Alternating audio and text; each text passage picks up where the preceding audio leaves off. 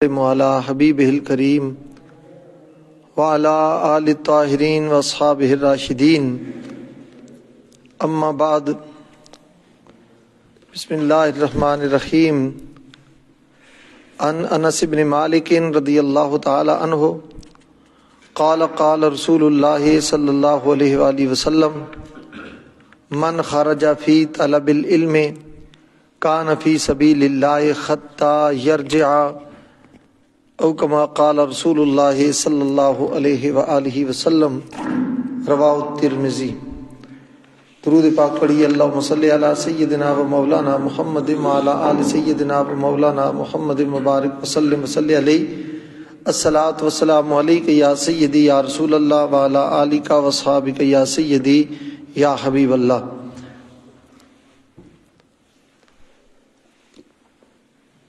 آج کے درس کا موضوع ہے فضیلت علم اور علماء۔ حضرت انس بن مالک رضی اللہ تعالیٰ عنہ روایت کرتے ہیں کہ امام الانبیاء جان کائنات صلی اللہ علیہ وآلہ وسلم نے ارشاد فرمایا من خرج فی طلب العلم کان فی سبیل اللہ حتی یرجع، فرمایا کہ جو حصول علم کے لیے نکلتا ہے جب تک وہ لوٹ کر نہیں آتا اس وقت وہ اللہ تعالیٰ کے راستے میں ہوتا ہے، یعنی اس کو فی سبیل اللہ سفر کا ثواب ملتا ہے۔ علم کی بڑی فضیلت ہے۔ نبی پاک صلی اللہ علیہ وآلہ وسلم نے جا بجا علم اور اہل علم کی شان بیان فرمائی ہے۔ ایک مقام پر امام الانبیاء صلی اللہ علیہ وسلم کا فرمان ہے من یرد اللہ بہ خیرا یفقہہ فی الدین، فرمایا اللہ جس کے ساتھ بلائی کا خیر کا ارادہ فرماتا ہے اللہ اس کو دین کی سمجھ عطا فرما دیتا ہے۔ وَإِنَّمَا أَنَا قَاسِمٌ وَاللَّهُ يُعْطِي، فرمایا اللہ عطا کرنے والا ہے اور میں محمد تقسیم کرنے والا ہوں، یعنی جو چیز بھی ہے عطا اللہ کرتا ہے، وہ خالق ہے مالک ہے، اور میں اس کو تقسیم کرتا ہوں، یعنی جس کو جو کچھ بھی ملے گا وہ میری چوکھٹ سے ملے گا، میری بارگاہ سے ملے گا۔ یعنی خزانوں کا مالک تو اللہ ہے، اللہ نے وہ سارے خزانے اپنے محبوب صلی اللہ علیہ وآلہ وسلم کے سپرد کر دیے ہیں، اب جس کو جو کچھ ملنا ہے وہ در مصطفیٰ سے ملنا ہے۔ حدیث پاک میں آتا ہے سرکار نے فرمایا اوتیت مفاتیح خزائن الارض، کہ اللہ نے مجھے خزانوں کی چابیاں عطا کر دیں۔ اب ظاہر ہے جب چابیاں عطا کر دی ہیں تو اس کا مطلب یہ ہے کہ خزانوں کا مالک بنا دیا۔ یہ بخاری و مسلم کی روایت ہے۔ چابیاں عطا کرنے کا کیا مطلب ہے؟ ظاہر ہے تصرف نہ ہو، ملکیت نہ ہو، اختیار نہ ہو تو صرف چابیاں لینا یا اٹھا کر سنبھالنا یہ کوئی خاص شان تو نہیں ہے۔ دیکھیں نا، آپ کسی چیز کو کسی کے سپرد کرتے ہیں، مثلا کسی کے ہاتھ فروخت کرتے ہیں، مکان کا سودا کرتے ہیں تو مکان اٹھا کر دوسرے بندے کے سر پہ رکھتے ہیں یا اس کی چابی اس کے حوالے کرتے ہیں؟ بولیے، چابی اس کے حوالے کرتے ہیں نا۔ موٹر سائیکل کسی پر فروخت کر دیا تو کیا کہتے ہیں کہ اس کو اب سر پہ اٹھا کے لے جاؤ، یہی کہتے ہیں چابی اس کے سپرد کر دیتے ہیں۔ گاڑی کسی کے ہاتھ بیچ دی، فروخت کر دی تو وہ چابی اس کے سپرد کرتے ہیں۔ تو اللہ تعالیٰ نے نبی کریم صلی اللہ علیہ وآلہ وسلم کو زمین و آسمان کے تمام خزانوں کی چابیاں دے دیں۔ اس کا مطلب یہ ہے چابیاں اسی کو دی جاتی ہیں جس کو مالک بنایا جاتا ہے۔ زمین اور آسمان میں کوئی خزانہ ایسا نہیں جس کا مالک اللہ نے اپنے محبوب کو نہ بنا دیا ہو۔ اعلیٰ حضرت امام اہل سنت فرماتے ہیں نا، میں تو مالک ہی کہوں گا کہ ہو مالک کے حبیب، میں تو مالک ہی کہوں گا کہ ہو مالک کے حبیب، یعنی محبوب و محب میں نہیں میرا تیرا۔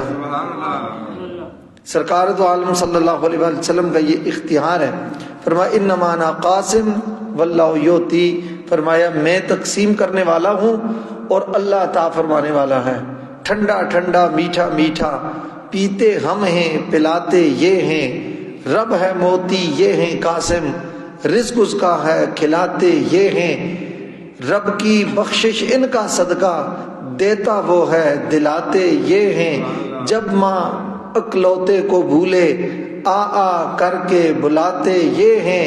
انا آتیناک الکوثر ساری کثرت پاتے یہ ہیں.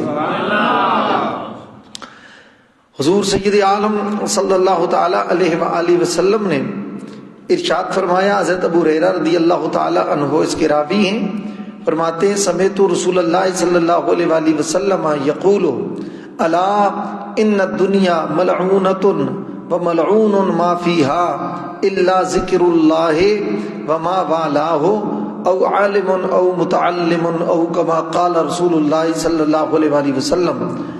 نبی پاک صلی اللہ علیہ وآلہ وسلم نے ارشاد فرمایا کہ دنیا ملعون ہے، یعنی یہ اللہ کے نزدیک کوئی مقام اور مرتبے والی چیز نہیں ہے، کوئی محبوب شے نہیں ہے. اللہ تعالیٰ یعنی اس دنیا کو پسند نہیں فرماتا. فرمایا اس میں جو کچھ ہے وہ بھی ایسا ہی ہے، یعنی وہ بھی ملعون ہے، وہ بھی اللہ تعالیٰ کی بارگاہ میں کوئی مقام قرب نہیں پا سکا. فرمایا الا ذکر اللہ، مگر جو اللہ تعالیٰ کا ذکر ہے وہ، اور جو اس کا دم بھرنے والا ہے، یعنی ذکر سے محبت کرنے والا ہے. مراد یہ ہے کہ جو اللہ تعالیٰ کے ساتھ، اس کے ذکر کے ساتھ جڑ جائے، اس کی یاد کے ساتھ جڑ جائے، اس کی بارگاہ کے ساتھ جس کا تمسک ہو جائے اور اس کی معرفت کا نور جس کو نصیب ہو جائے، اس کے علاوہ سب کی مذمت کی گئی. اور پھر فرمایا او عالم او متعلم، فرمایا یا بندہ علم پڑھانے والا ہو، علم حاصل کرنے والا ہو، یا علم سکھانے والا ہو. اس کے علاوہ فرمایا جو چیز ہے وہ اللہ کی بارگاہ میں پسندیدہ نہیں ہے. اب اندازہ لگائیں یہ دنیا، یعنی حضور نبی علیہ السلام نے 4 چیزوں کو مستثنا کر دیا. ایک اللہ کا ذکر، پھر ایک وہ اللہ تعالیٰ کے ذکر کا دم بھرنے والا، ایک یہ عالم ہے، ایک یہ متعلم ہے، ایک علم پڑھانے والا، دوسرا علم سیکھنے والا. ان کے علاوہ جو دنیا کی جتنی بھی چیزیں ہیں، آسائش آرام کی، مال و دولت، جاہ و منصب، مقام مرتبہ، ظاہری کر و فار، شان و شوکت، جاہ و عظمت، یہ دنیا کی جتنی چیزیں بھی ہیں اس کی نبی کریم صلی اللہ تعالی علیہ وآلہ وسلم نے مذمت فرمائی ہے. تو حضرت ابو ہریرہ رضی اللہ تعالی عنہ حضور سے روایت کرتے ہیں. امام ابو داود اور ابن ماجہ نے اپنی کتب میں اس حدیث کو ذکر کیا ہے. حضرت ابو ہریرہ رضی اللہ تعالیٰ عنہ فرماتے ہیں کہ رسول اللہ صلی اللہ علیہ وسلم نے فرمایا من تعلم علما مما یبتغى به وجه اللہ لا يتعلمه الا ليصيب به عرضا من الدنيا لم يجد عرف الجنة يوم القيامة یعنی ریحها او کما قال.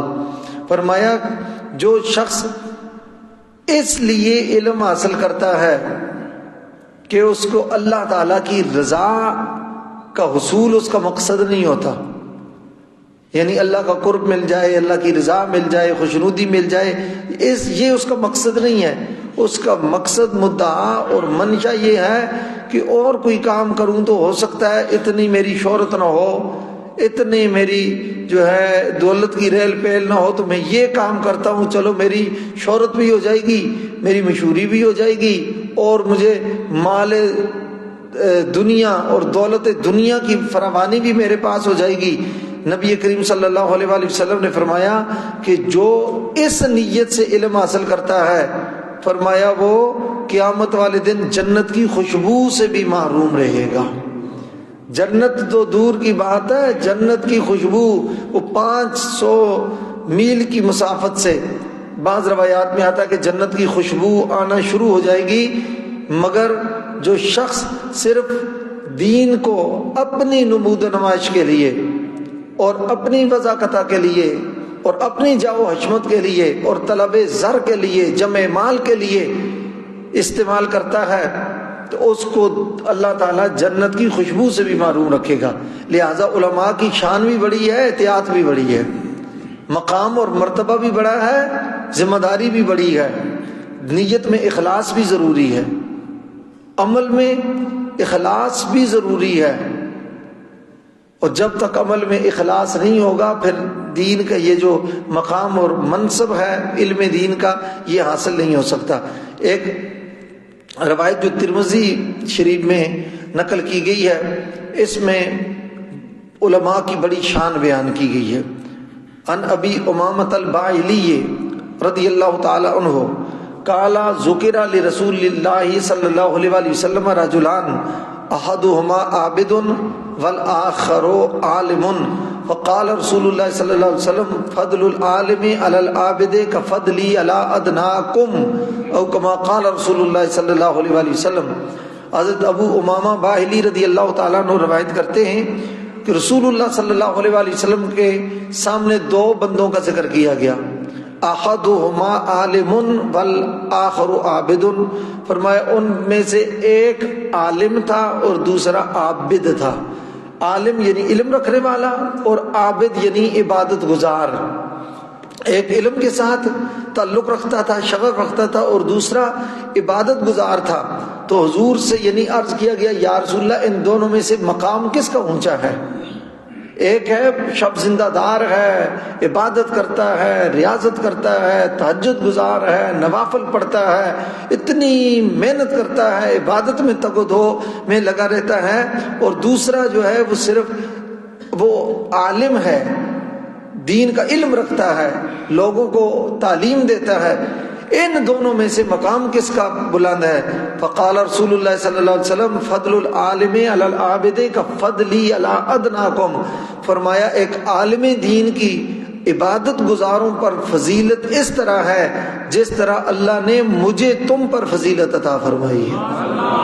اب اندازہ لگائے کہاں امت اور کہاں رسول اللہ، کہاں امتی اور کہاں تاجدار کائنات، کہاں عام امتی اور کہاں امام الانبیاء، کہاں عام امتی اور کہاں سید المرسلین۔ سرکار نے مثال دے کر ارشاد فرمایا جتنا تمہارے اور میرے مرتبے میں فرق ہے اتنا اللہ نے علم والے کو عبادت گزاروں پر فضیلت عطا فرمائی۔ یہ شان، یہ چھوٹی شان نہیں ہے، یہ حضور کا نائب ہونا یہ کوئی کم درجہ نہیں ہے، یہ ان کے ذہن میں کم ہوگا جن کو نبی کریم صلی اللہ علیہ وسلم کی تعلیمات سے آگاہی نہیں ہے، یہ جو اسلام سے دور ہیں، شریعت سے دور ہیں، دین سے دور ہیں۔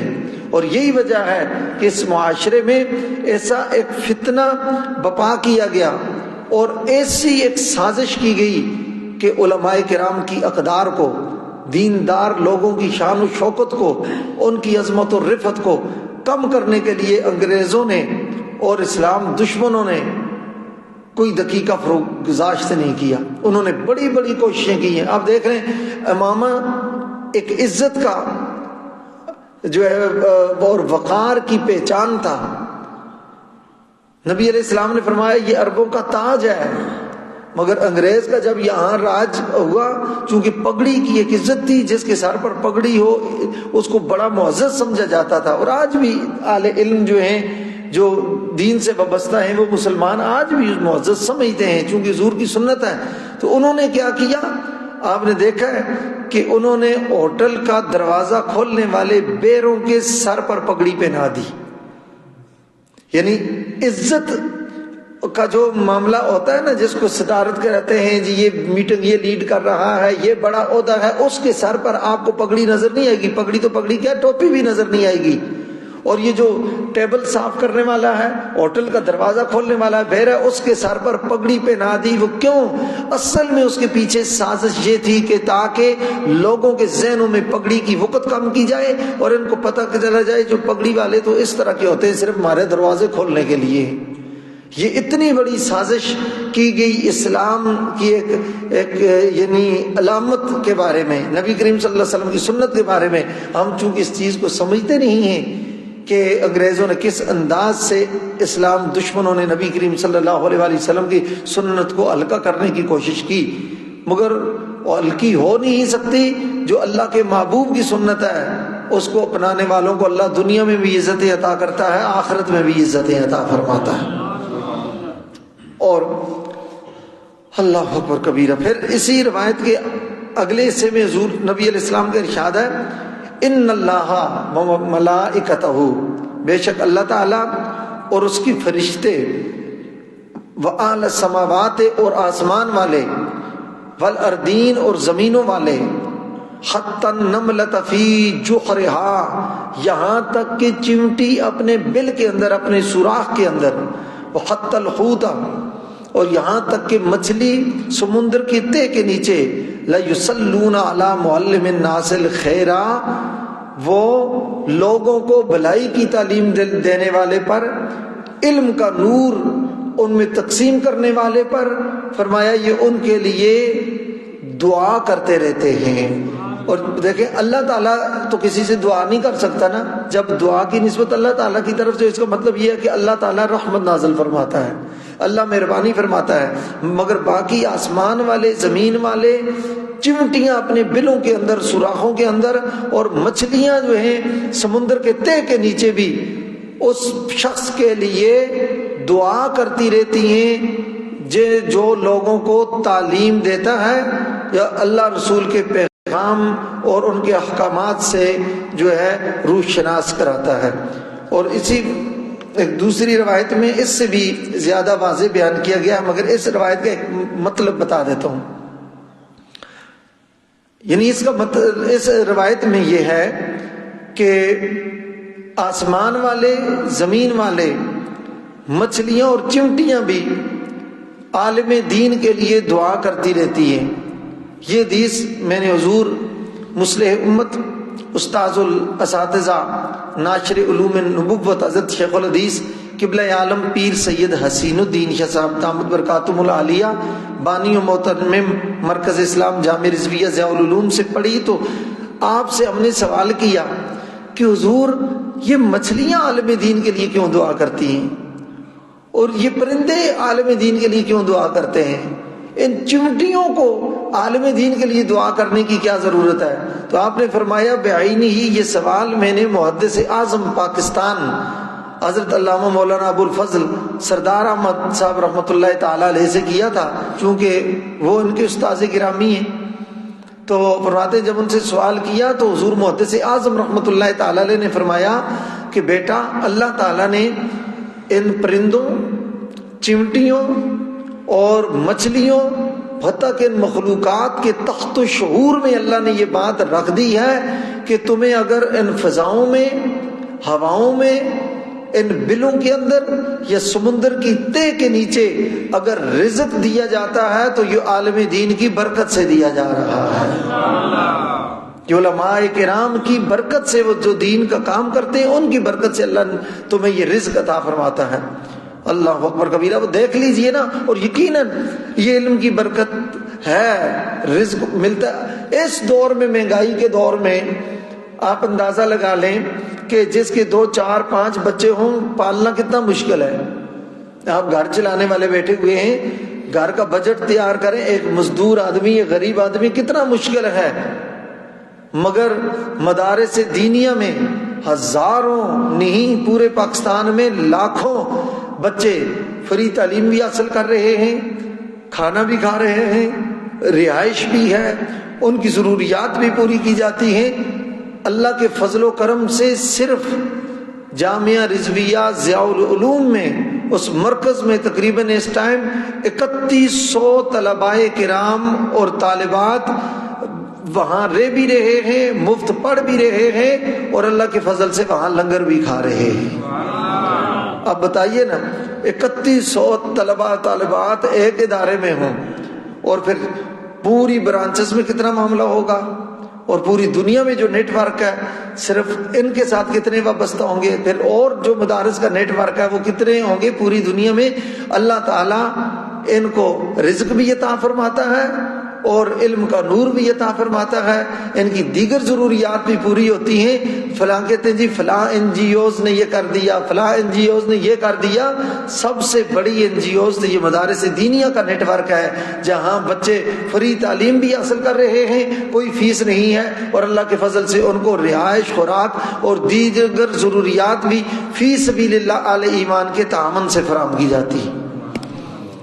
حضور نبی علیہ الصلوۃ والسلام کے صحابی حضرت ابو درداء رضی اللہ تعالی عنہ راوی ہیں، نبی علیہ السلام نے فرمایا من سلک طریقا یطلب فیہ علما سلک اللہ لہو طریقا الی الجنہ، فرمایا جو ایسے راستے پر چلتا ہے جس پہ وہ علم حاصل کرتا ہے، طلب کرتا ہے، اس کی جستجو کرتا ہے، اللہ اس کے لیے جنت کا راستہ آسان فرما دیتا ہے۔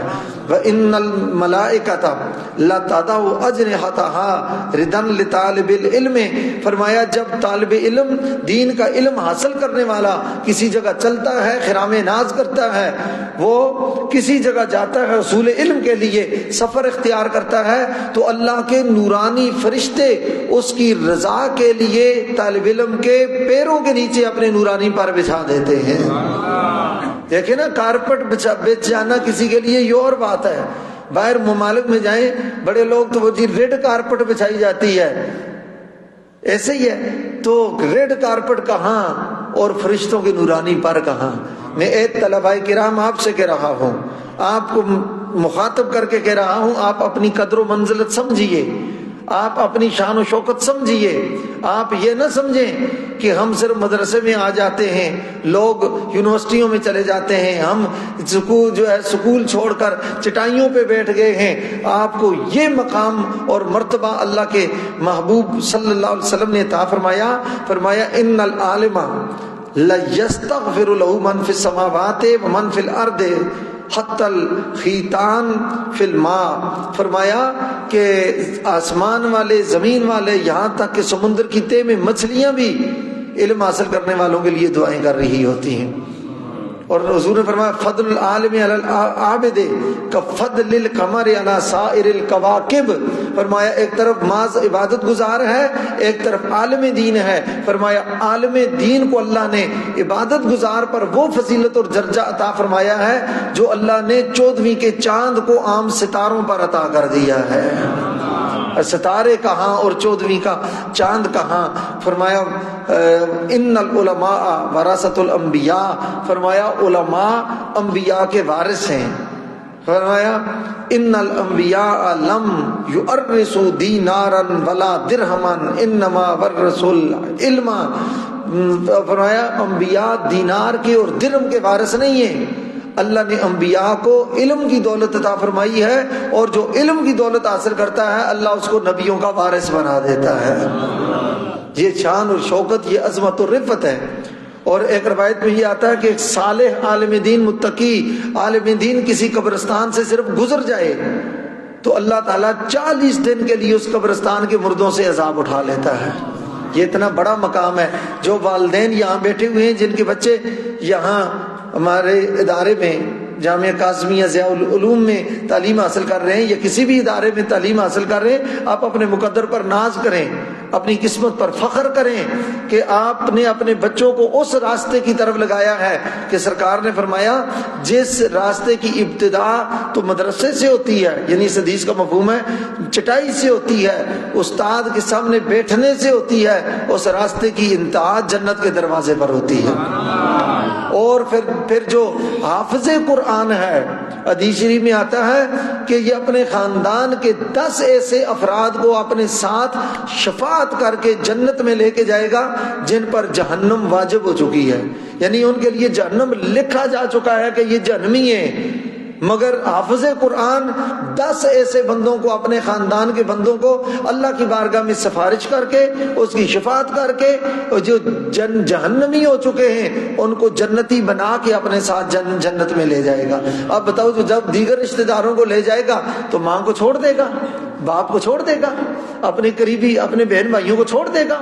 سرکار دو عالم صلی اللہ علیہ وآلہ وسلم نے تو یہاں تک ارشاد فرمایا کہ جس نے قرآن پڑھا، حفظ کیا، یاد جہاد کیا اور قرآن کے احکامات پر عمل کیا، البس والداہ تاجا یوم القیامہ، فرمایا قیامت والے دن اللہ اس کے والدین کو میدان محشر میں نور کا تاج پہنائے گا۔ اب رب جس کی تاج پوشی کرے اور میدان محشر میں کرے، فرمایا اس کی چمک کتنی زیادہ ہوگی جتنی سورج اور چاند کی چمک اور روشنی بھی نہیں ہے۔ یہ ان کی شیش اپنا مقام سمجھیں، اپنا مرتبہ سمجھیں کہ اللہ کے حبیب صلی اللہ علیہ وآلہ وسلم نے آپ کو کیا شان عطا فرمائی ہے۔ اور حضرت ابن عباس روایت کرتے ہیں کہ رسول اللہ صلی اللہ علیہ وسلم نے ارشاد فرمایا فقیہ اشد علی الشیطان من الف عابد او کما قال، رواہ ترمذی، فرمایا ایک فقیہ، فقہ کا علم رکھنے والا، دین کا علم رکھنے والا، ایک عالم دین، فرمایا اللہ کی بارگاہ میں اس کا یہ مقام ہے 1000 عبادت گزاروں پر یہ شیطان پر زیادہ بھاری ہے۔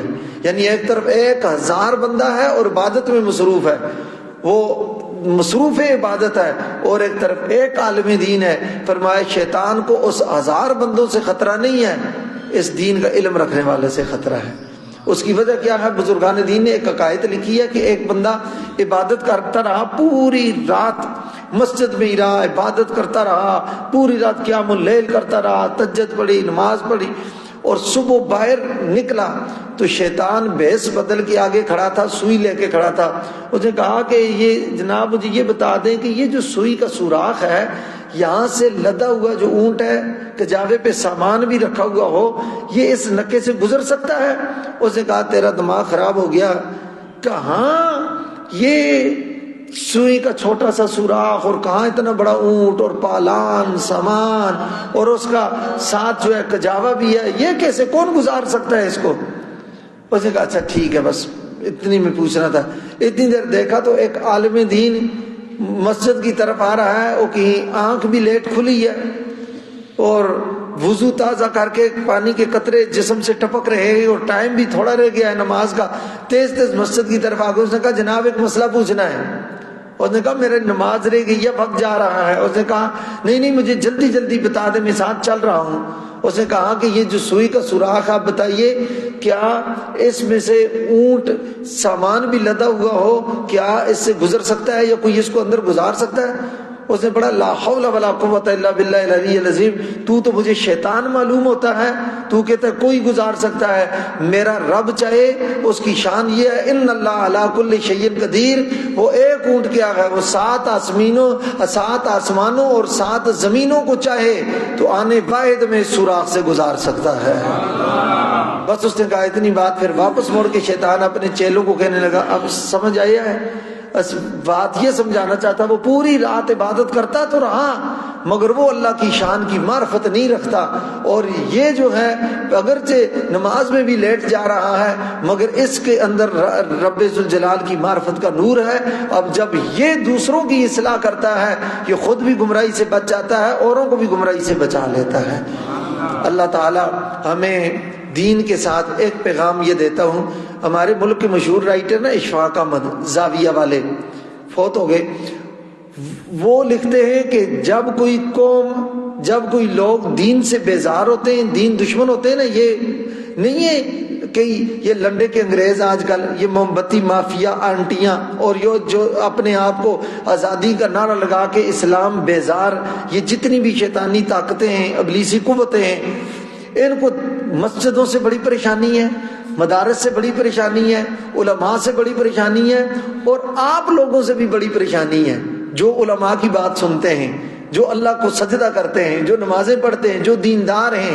آپ کے اندر اللہ نے خوف خدا رکھا، خشیت خدا رکھی، آپ نے اللہ تعالیٰ نے اپنی بارگاہ کی طرف متوجہ ہونے کی توفیق عطا فرمائی، اور ظاہر ہے آپ لوگ پیار کرنے والے ہیں دین سے، دیندار لوگوں سے، علماء سے، تو آپ سے بھی ان کو بڑی یہ نفرت بھی ہے اور پریشانی بھی ہے۔ تو وہ جب کہتے ہیں کہ وہ اسلام دشمن قوتیں، ملحد اور بے دین قوتیں جتنی ہیں نا، جب اسلام کو گالی دینا چاہتے ہیں، شریعت کو گالی دینا چاہتے ہیں، وہ دے نہیں سکتے، ان کو پتہ ہے قانون کی تلوار لٹک رہی ہے۔ کہا وہ بڑاس کیسے نکالتے ہیں، کہا وہ مولوی کو، عالم دین کو گالی دے کے وہ اپنے باطل جو جذبات ہیں ان کی تسکین کرتے ہیں. اصل میں نفرت اسلام سے ہوتی ہے، اسلام کو نہیں دے سکتے، وہ عالم دین کو گالی دے کے اپنے ان شیطانی جذبات کو تسکین پہنچاتے ہیں. تو آپ دیکھ لیں جہاں کہیں بھی علماء کے خلاف، اہل علم کے خلاف جو زبان درازی کرتا ہوا نظر آئے، سمجھ لو یہ اسی قبیلے سے ہے جس کو دین کے ساتھ نفرت ہے. اللہ تعالیٰ ہمیں دین سے محبت عطا فرمائے اور علماء کو بھی اپنی شان، اپنی ذمہ داریاں پہچاننے کی توفیق نصیب فرمائے. وما علیہ الا البلاغ المبین.